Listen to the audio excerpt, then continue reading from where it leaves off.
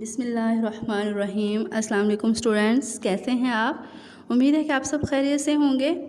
Okay بیٹا، آج کا ہمارا جو لیسن ہے وہ ہے مرزا غالب کے ادات و خصائل۔ اس سبق کو پڑھنے سے پہلے ہم اس کے مصنف کا تعارف پڑھتے ہیں۔ اس سبق کے مصنف کا نام ہے مولانا الطاف حسین حالی، جو کہ 1837 میں پیدا ہوئے اور 1914 میں انہوں نے وفات پائی۔ الطاف حسین حالی پانی پت میں پیدا ہوئے۔ ان کے آباء و اجداد غیاث الدین بلبن کے زمانے میں ہندوستان آئے۔ 9 برس کے تھے کہ والد کا انتقال ہو گیا۔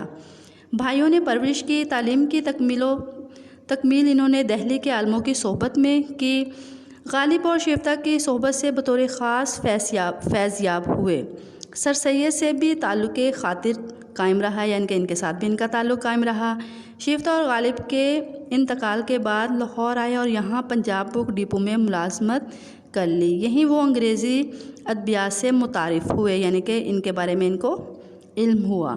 جدید طرز کی نظمیں لکھی اور اردو شاعری کی اصلاح کا بیڑا بھی اٹھایا، یعنی کہ اس کی ذمہ داری بھی اٹھائی۔ 1887 میں سرکار حیدرآباد سے 100 روپیہ ماہوار وظیفہ مقرر ہو گیا تو ملازمت ترک کر کے باقی یعنی کہ ملازمت چھوڑ کر باقی عمر تصنیف و تالیف میں بسر کر دی، یعنی کہ کتابوں کو مختلف یعنی کہ مختصر کر کے یا تبدیل کر کے لکھنا انہوں نے شروع کر دیا۔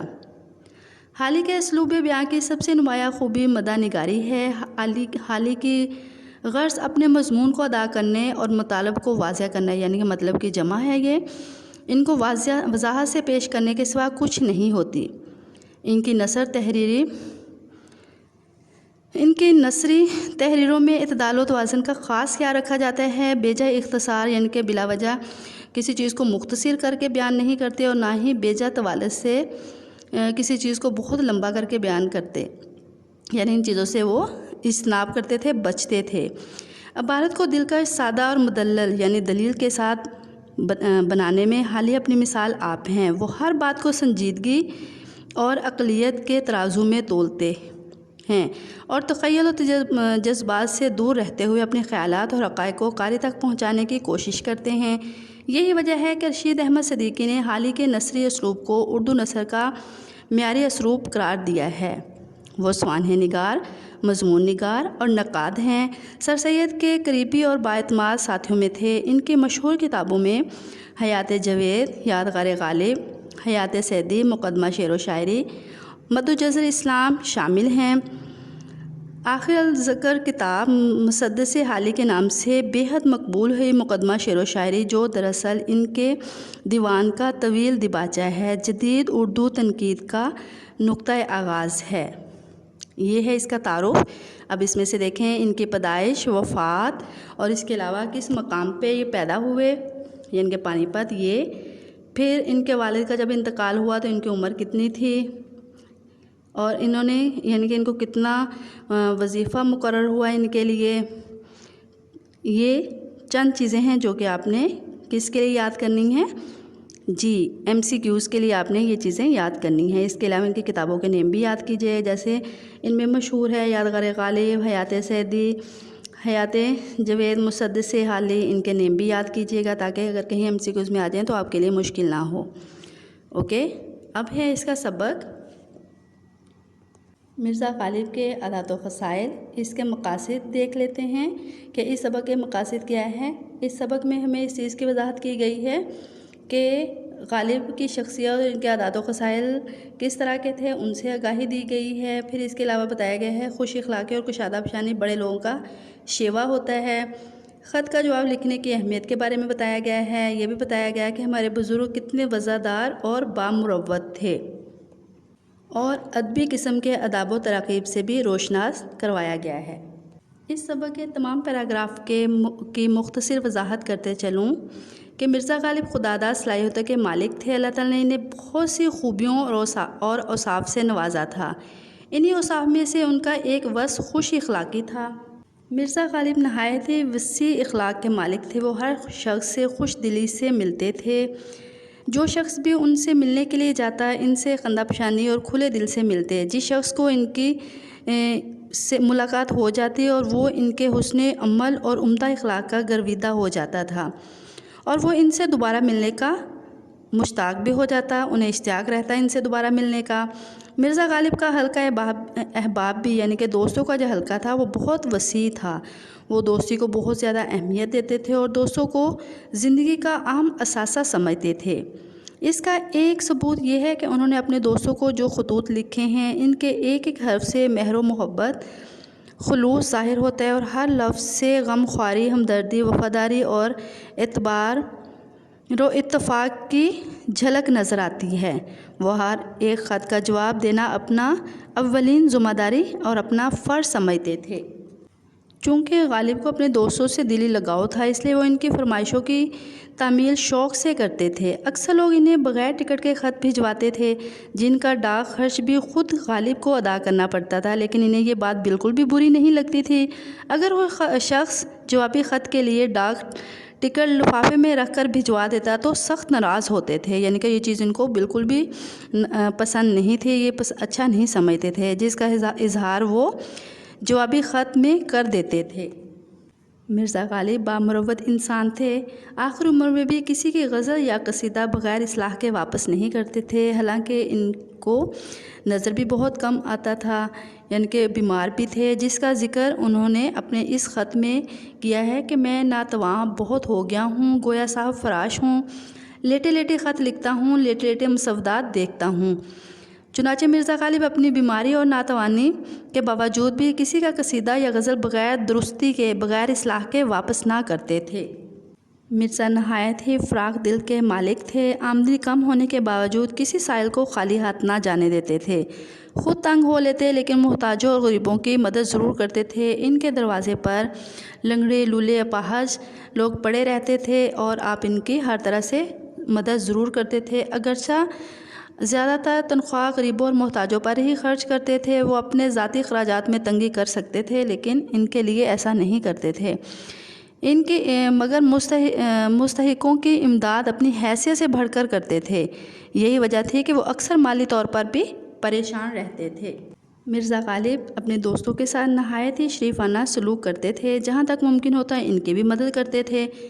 इनके एक दिली दोस्त की माली हालत कमज़ोर हो गई, यानी कि गदर के बाद 1857 की जंग आज़ादी के बाद उनकी हालत बहुत ज़्यादा, यानी कि वो पहले तो ठीक ठाक थे, लेकिन बाद में उनके हालात कुछ ख़राब हो गए। तो मिर्ज़ा ने इसे कम कीमती लिबास में मलबूस देखा, यानी कि इनके कम कीमती लिबास पहने हुए देखा तो इनका दिल भर आया। ये बहुत ज़्यादा दुखी हुए और गमगीन हुए। तो इन्होंने क्या किया, अपना चोगा यानी कि अपना कीमती लिबास उतारकर, अपना चोगा उतारकर इनको इस तरह पहनाया कि उसको यानी कि ज़रा भी महसूस ना होने दिया और वो खुश भी हो गए। ज़राफ़त मिर्ज़ा के मिजाज की ख़ास खूबी थी। चुनाचे इसी खूबी की वजह से हाल ही ने इन्हें हैवान नातिक यानी बोलने वाला जानवर की बजाय हैवान ज़रीफ़ यानी हंसने वाला जानवर कहा है। गालिब की ज़राफ़त का हवाला देते हुए मुसन्निफ़ लिखते हैं कि एक दफ़ा जब रमज़ान मुबारक का महीना गुज़र गया तो आप बहादुर शाह से मिलने के लिए लाल किला तशरीफ़ ले गए। बादशाह ने गुफ्तगू के दौरान मिर्ज़ा से पूछा कि तुमने कितने रोज़े रखे। गालिब ने शोखी के अंदाज़ में जवाब दिया कि पीरो मुर्शद एक नहीं रखा।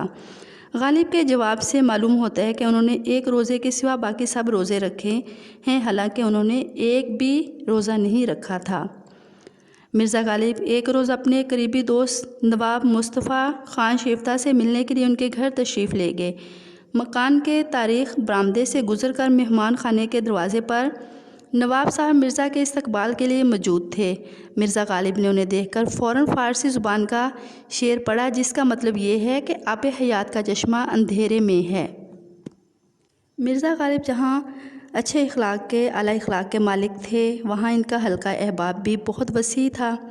बड़े बड़े अमीर और शहर के मुअज़्ज़ज़ीन यानी कि अमीर लोग इनसे मिलने के लिए भी आते और इनके साथ उनके ताल्लुकात भी थे।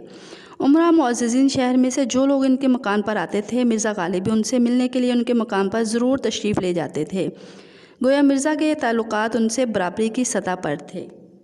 एक दफ़ा आपके एक दोस्त फ़ज़लुल्लाह महरूम, जो कि आपके अपनी यानी कि चूट पर सवार होकर, अपनी गाड़ी पर सवार होकर आपके दरवाज़े के पास से गुज़र गए, तो आपने उनसे बहुत ज़्यादा यानी कि उनकी नालायकी की शिकायत की और उन्हें इस बात से शर्मिंदा भी किया। तो इस तरह वो दोबारा अपनी गाड़ी पर सवार होकर आपको मिलने के लिए तशरीफ़ लाए।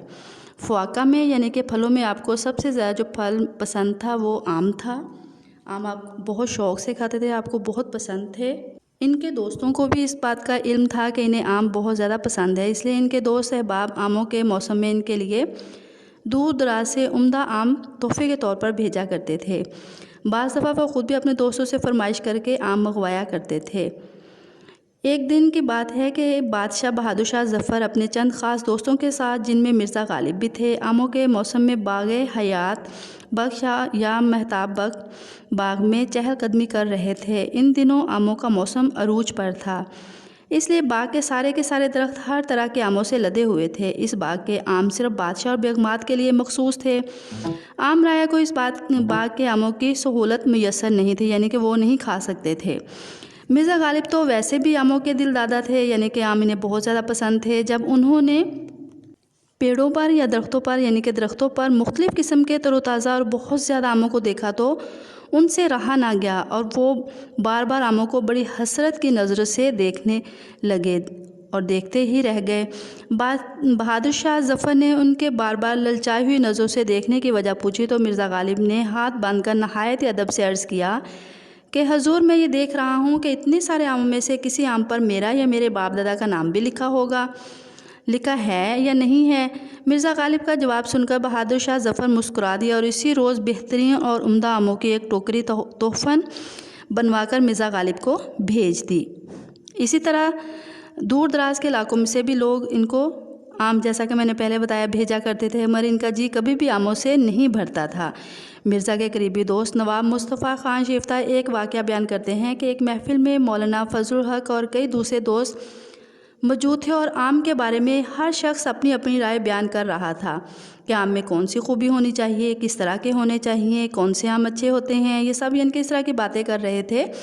जब महफ़िल में मौजूद सब लोग अपनी अपनी राय दे चुके तो मौलाना फजलुल हक ने मिर्ज़ा गालिब से अपनी राय बयान करने के लिए कहा। मिर्ज़ा गालिब ने राय दी कि भाई, मेरे नज़दीक तो आम में सिर्फ 2 बातें होनी चाहिए, मीठा हो और बहुत हो। मिर्ज़ा का ये जवाब सुनकर महफ़िल में मौजूद तमाम लोग बेसाख्ता हंस पड़े। जी, ये था सबक जिसमें बताया गया कि मिर्ज़ा गालिब के किस तरह के आदात व ख़साइल थे, किस तरह के उनकी शख्सियत थी।